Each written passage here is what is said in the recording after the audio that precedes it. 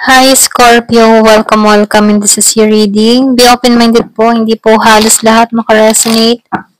Thank you nga po pala sa mga nagsusubscribe, sa mga bumabalik. Maraming pong salamat. Give it the message for Scorpio. Ano yung mensahe sa'yo?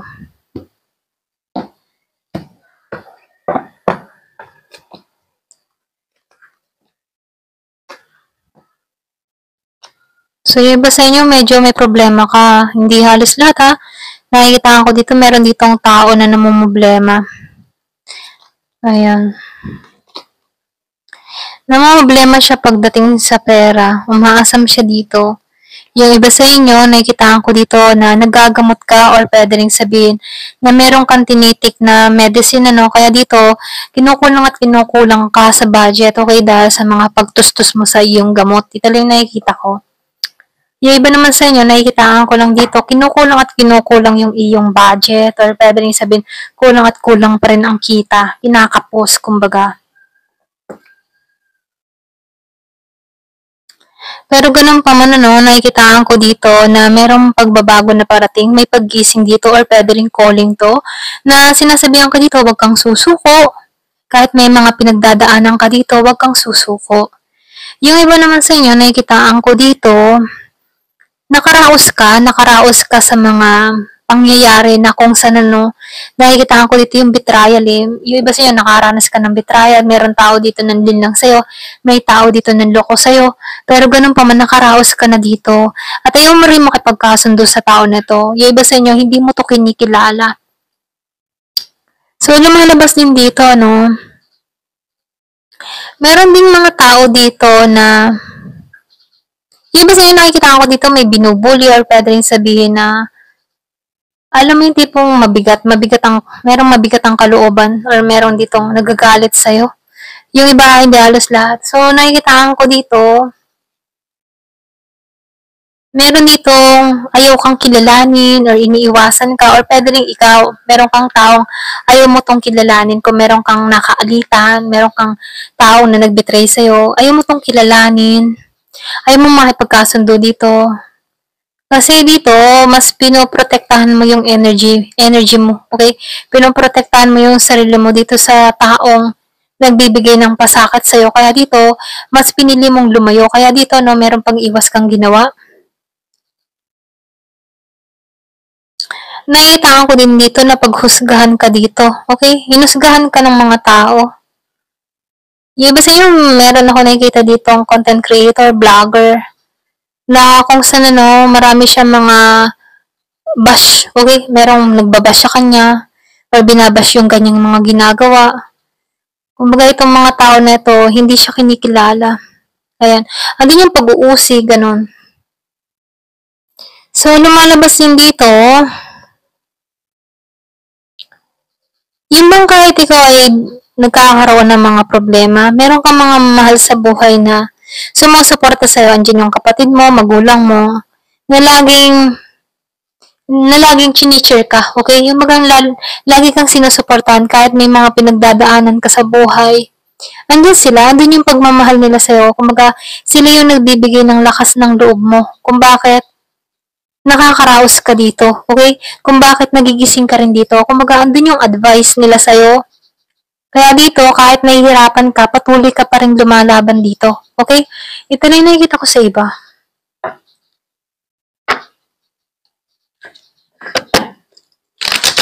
Give me the message.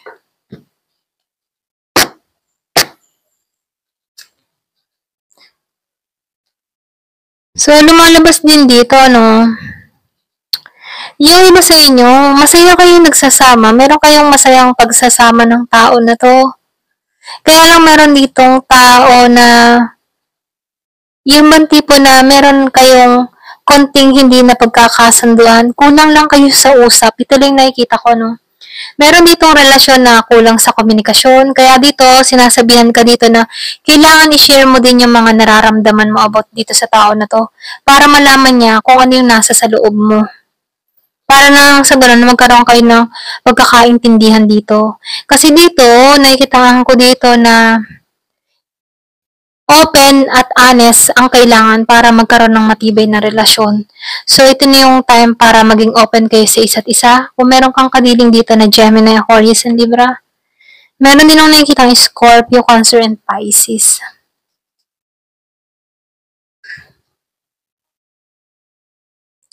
So, nakikita ko din dito, no, merong pag-iwas kang ginawa sa tao na to. Walang pakikipagkasundo. Pero andun pa rin yung intimacy ng tao na to. Andun pa rin yung emotion ng tao na to sa'yo.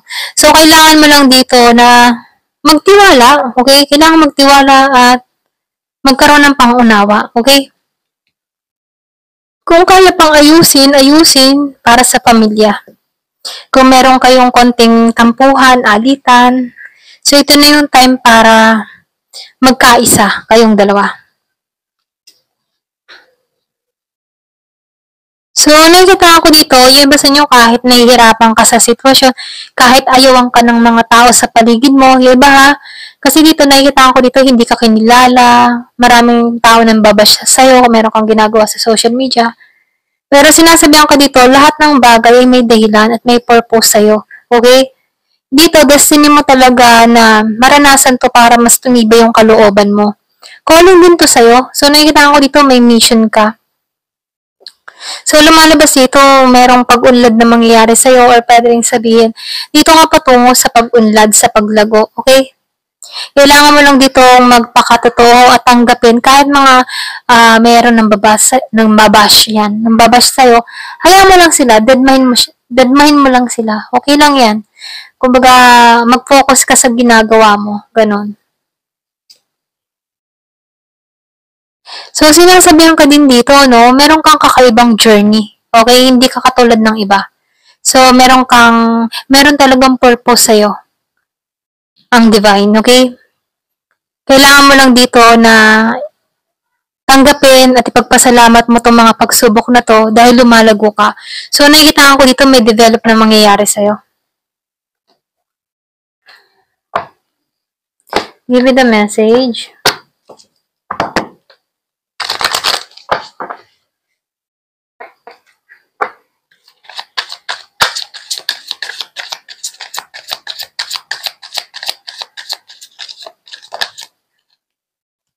Mystery. Okay, so may divine purpose. So, misteryo to.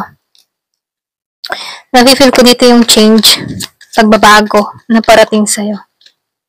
So, meron din love. So, yung iba sa inyo, meron parating ding pag-ibig, bagong pag-ibig, or pwede sabihin na minamahal mo na yung sarili mo. So, lumalabas dito, no? Yung iba sa inyo, malawak yung pagmamahal, concern ka. So, merong spark. So, nafe-feel ko dito, meron kang ma-attract na tao. At misteryo to, okay? Kung mahabang panahon kang single, dun sa iba, merong spark. Merong interesting na mangyayari. So, dream. Yung iba sa inyo, dream come true to. Okay? Hiniling mo to, masasakatuparan mo to. Ayan. So, kung ano man yung kahilingan mo, no? Kung nahiling ka ng pag-ibig, tamang tao. So, may mystery at yung pangarap mo dito, makakamit mo.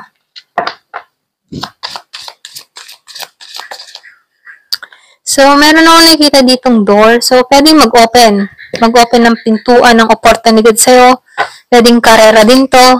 Pwede rin sa love. So, meron ditong pintuan. Kailangan mo lang dito ay buksan tong pintuan na to. Okay?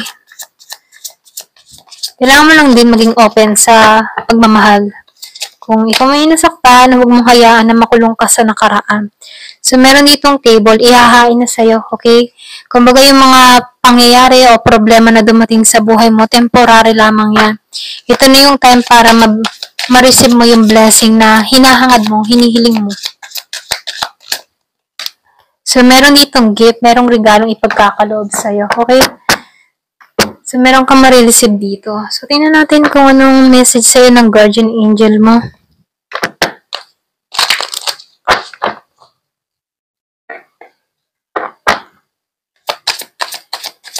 Give me the message. So, meron ka dito, 3 na ipinagkaloob sa'yo na numero. So, meron ditong 999. Ito na yung time para mag-self-love ka. Okay? So, may sinasabihan ka dito, pinagtutulakan ka dito ng guardian angel mo, okay? Or pinaiisip sa'yo dito na mahalin mo yung sarili mo, okay? Kasi once na minamahal mo yung sarili mo at nagkakaroon ka ng pag-iingat sa sarili mo, yung totoong pagmamahal, ma-attract mo to. Ayan. So, meron ditong 7-7, forgiveness. So, ito na yung time para magpatawad ka.